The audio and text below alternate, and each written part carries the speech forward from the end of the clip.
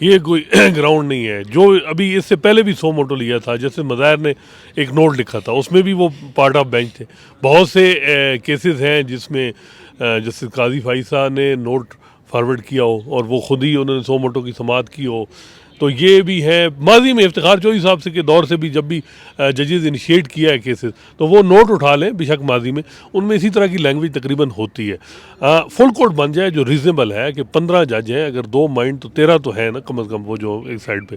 لیکن مطیع اللہ جان سے انٹرویو دیتے ہوئے فاروق ایچ نائک صاحب نے کہا کہ یہ جو ہم نے اعتراض اتار دیا ہے, اس کے بعد یہ جج انکلوڈ نہیں ہوں گے, وہ فل کورٹ ہوگی. کیونکہ فل کورٹ کی جو ہے تعریف وہ اسی طرح سے ہے نا. اب آپ کو پتہ ہے کہ کون کون سے کیسز کے اندر ریسنٹلی افتخار محمد چودھری صاحب کے کیس کے اندر جب ان کے خلاف ریفرنس آیا تو فل کورٹ کیا تھا, پھر قاضی فائز عیسیٰ کے خلاف جب ریفرنس آیا تو فل کورٹ کیا تھا. تو یہ چیزیں بھی تو دیکھنی ہیں. دیکھیں اب ویسے بھی ایک ڈائمنشن جو سپریم کورٹ کی ہے, جس طرح کی ڈویژن ہے, ذات پہ چیف جسٹس صاحب پہ کسی جج کو کوئی زیادہ اعتراض نہیں ہے جو میری اطلاعات ہے.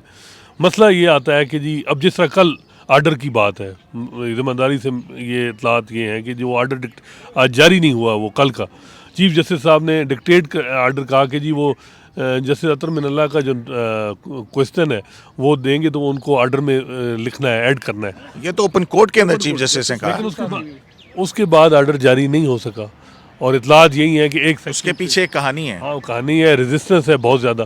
اور حالانکہ اس وقت چیف جسٹس کی ذات کی بات ہوتی تو انہوں نے تو کہا کہ بڑی اچھی انہوں نے سوال اٹھایا ہے, ہم اس پہ جاتے ہیں.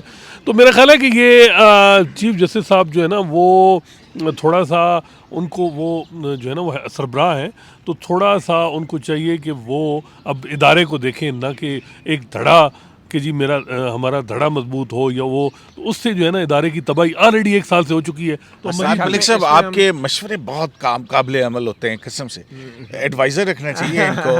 لیکن یہ چیز دیکھ لیں کہ چیف جسٹس نے اگر اپنا یہ نہیں بتا رہے, کہانی نہیں بتا رہے کہ پیچھے کہانی کیا ہے, ایز اے رپورٹر نہیں آ رہے. بتائیں, آپ بتائیں کہانی آپ کو بھی پتہ ہے اور ناز صاحب کو بھی پتہ ہے. آپ you are a good narrator, تو آپ بتا رہے ہیں, میرا خیال ہے آپ خوبصورتی سے بتائیں گے, ہم لوگ اس طرح نہیں بتا سکیں گے. آپ ذرا you are very polished orator. بند کمروں کے اندر کیا ہوتا رہا کہ جو وہ اب میجارٹی بینچ کا فیصلہ کہ آپ سنائیں گے, اور آپ بھی یہی چاہتے تھے تو سنا دیں.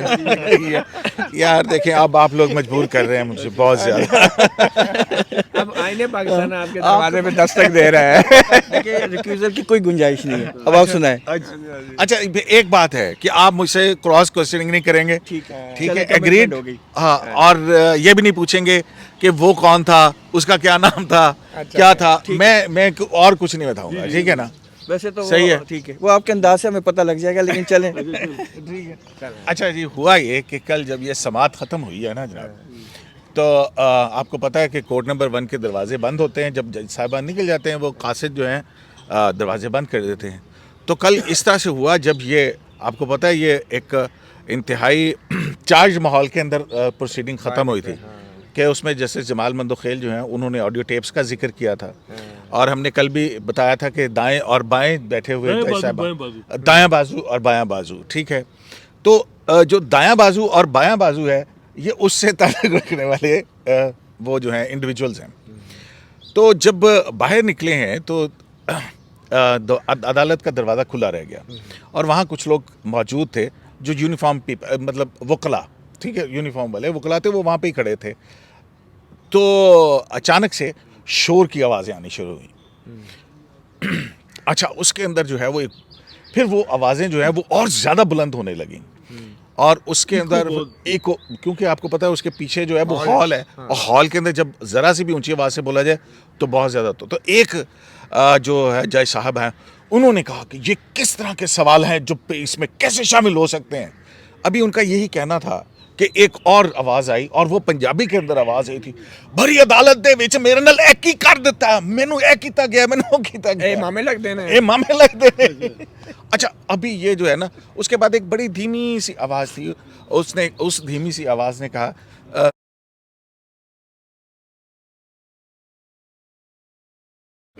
اور پھر اس کے بعد جو ہے بات اتنی زیادہ بڑھی کہ وہ ہاتھا پائی نہیں, مطلب ایک دوسرے کے بہت قریب آ گئے تھے.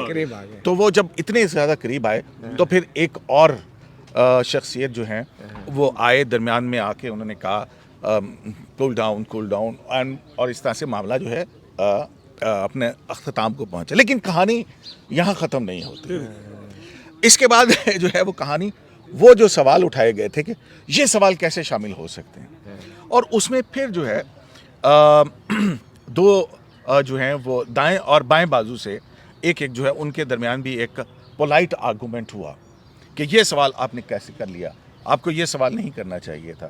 تو انہوں نے کہا جیسے آپ جج کے طور پہ بیٹھے ہیں ویسے میں بھی جج کے طور پہ بیٹھا ہوں, اور یہ ہم بھی اسی طرح سے سوال جواب کر رہے ہیں. تو یہ معاملہ جو ہے اس سے پہلے کہ آگے بڑھتا وہی کچھ ہوا. لیکن ایک اور ڈیولپمنٹ بھی ہے.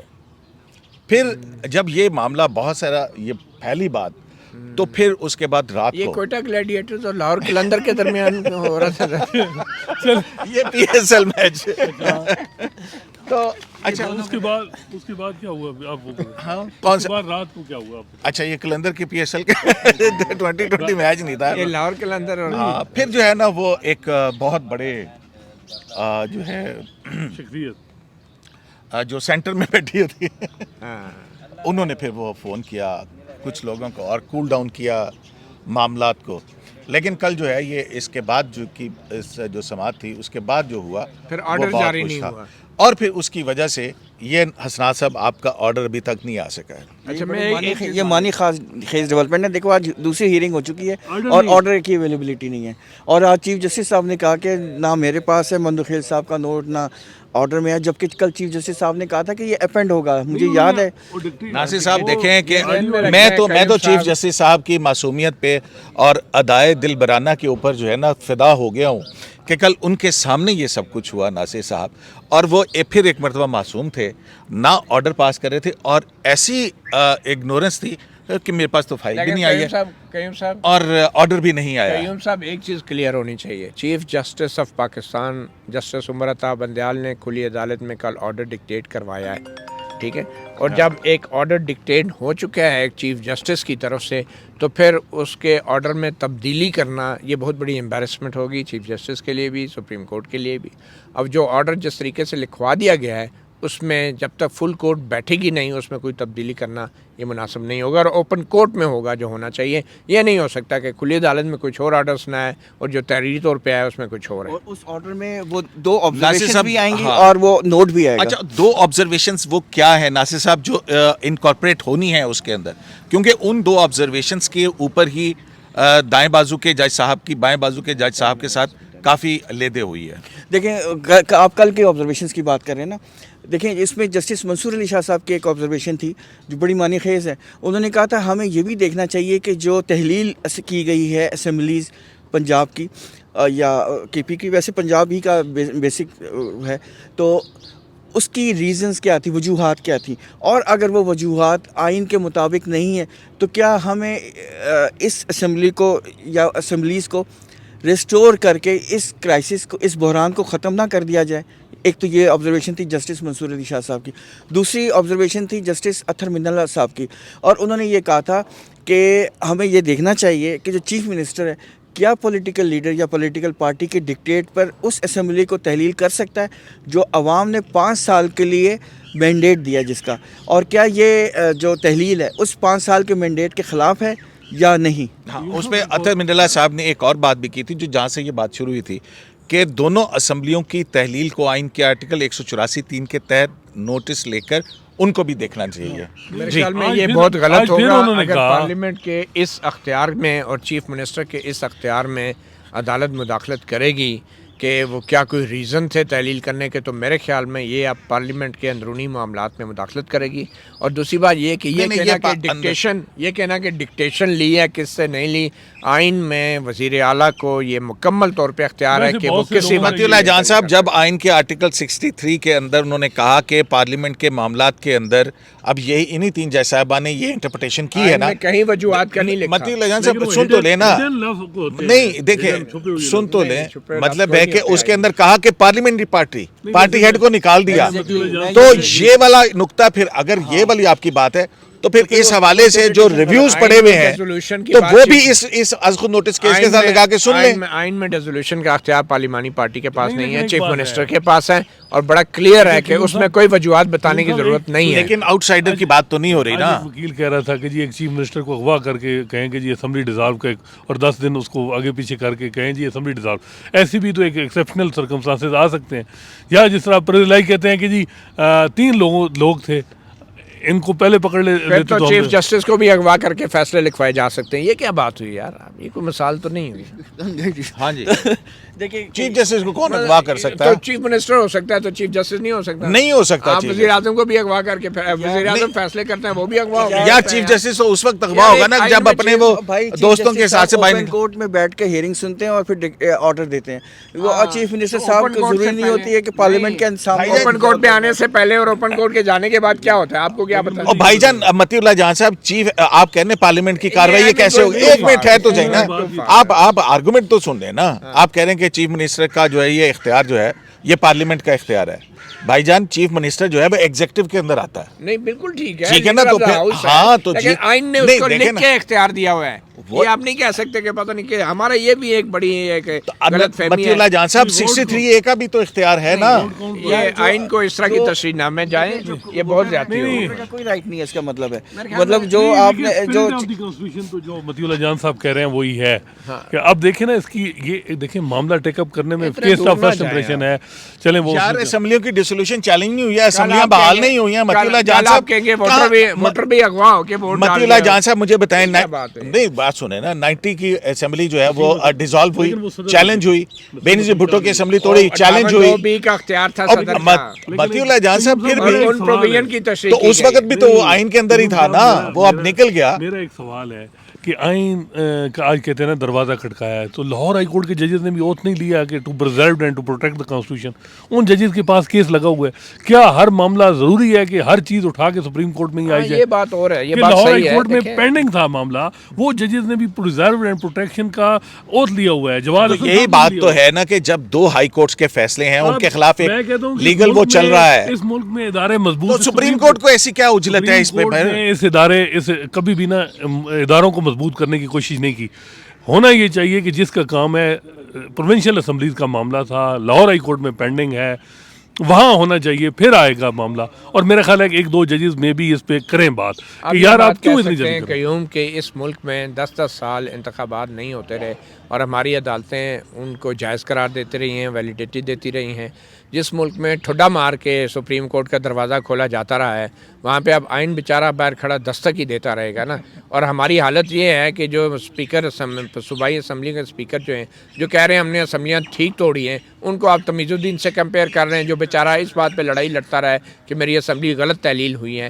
مطلب اس طرح کی مثالیں. لیکن مولوی تمیز الدین بھی جو ہے پھر اس کے بعد غلام محمد کے ساتھ ہی مل گیا تھا نا. ہاں جو بھی, لیکن بات یہ کہ مثالیں دینا اور خود تو یا تو خود تو جسٹس منیر نہیں بننا چاہیے نا. پھر اگر وہ مولوی تمیز الدین ہے تو آپ جسٹس منیر بن رہے ہیں, پھر یہ نہیں, یہ بھی تو زیادتی ہے. بات یہ ہے کہ وہ ٹھیک ہے, ہم ان کی جذبے پہ ہم کوئی شک نہیں کرتے, آئین کو پروٹیکشن, لیکن کیا لاہور ہائی کورٹ کے ججز متی اللہ جان تیرے اندر اب اپنا حسنات ملک تیرے اندر کا رپورٹر کہاں ہے؟ مجھے اس رپورٹر کو باہر نکالنا ہے, وہ بتائیں چوندی. نہیں اب وہ تو آپ نے سارا کچھ بتا ہی دیا ہے. باقی مزید ایک آدھ گرفتاری لاہور میں ہوئی ہے, مزید چیزیں بھی آئیں گی, بہت کچھ آئے گا. یہ ابھی شروعات ہے چیزوں کی. میں اسی وجہ سے کہہ رہا ہوں, یہ لوگ کہتے ہیں آج ایک اور بات ہوئی ہے نا کہ جی وہ اظہر صدیق صاحب نے کہا کہ جی وہ کارروائی کریں. آپ میڈیا کے اوپر بہت زیادہ عدالتوں کو ملائن کیا جا رہا ہے. ویسے وہ چاہے اس پہ انہوں نے کہا جی ہم بعد میں کنسیڈر کریں گے. میرا خیال ہے کہ ابھی ہفتہ ڈیڑھ ٹھہر جائیں, میں بھی پتہ نہیں کیا کچھ کس کے خلاف کرنا پڑے, باتیں اور کتنی آئیں.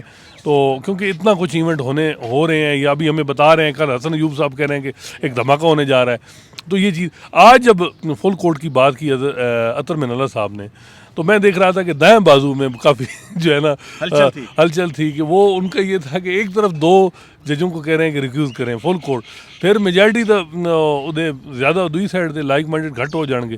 مطلب مسئلہ یہ بھی بڑا ہے نا, پرابلم یہ بھی بڑی ہے. صاحب آپ نے کل جو کمپلین فائل ہوئی ہے, آپ نے اس کو پڑھا ہے نا؟ کون سی کمپلین فائل ہوئی ہے نا؟ کل جو سپریم جوڈیشل کونسل میں ایک کمپلین فائل ہوئی ہے. کس کے خلاف؟ صاحب کی, ایک جج کے خلاف. کون سے جج؟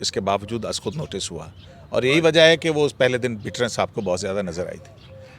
کیا کہہ رہے ہیں آپ؟ آج پھر کوئی میٹنگ شیٹنگ تو نہیں ہے انفارمل؟ مجھے نہیں پتا. وہ تو میٹنگیں تو ہوتی رہتی ہیں اور میرے ججز ہیں ملیں گے بھی آپس دائیں میں. بازو بائیں بازو یہ اکٹھے. لیکن جن لوگوں نے بھی انفارمل میٹنگ میں شرکت کی اور اس کیس کو ڈسکس کیا ان کو اس بینچ پہ نہیں بیٹھنا چاہیے تھا. شارح دستور سے عبدالقیوم صدیقی کو AQS لائیو سے اجازت دیجیے. اللہ نگہبان.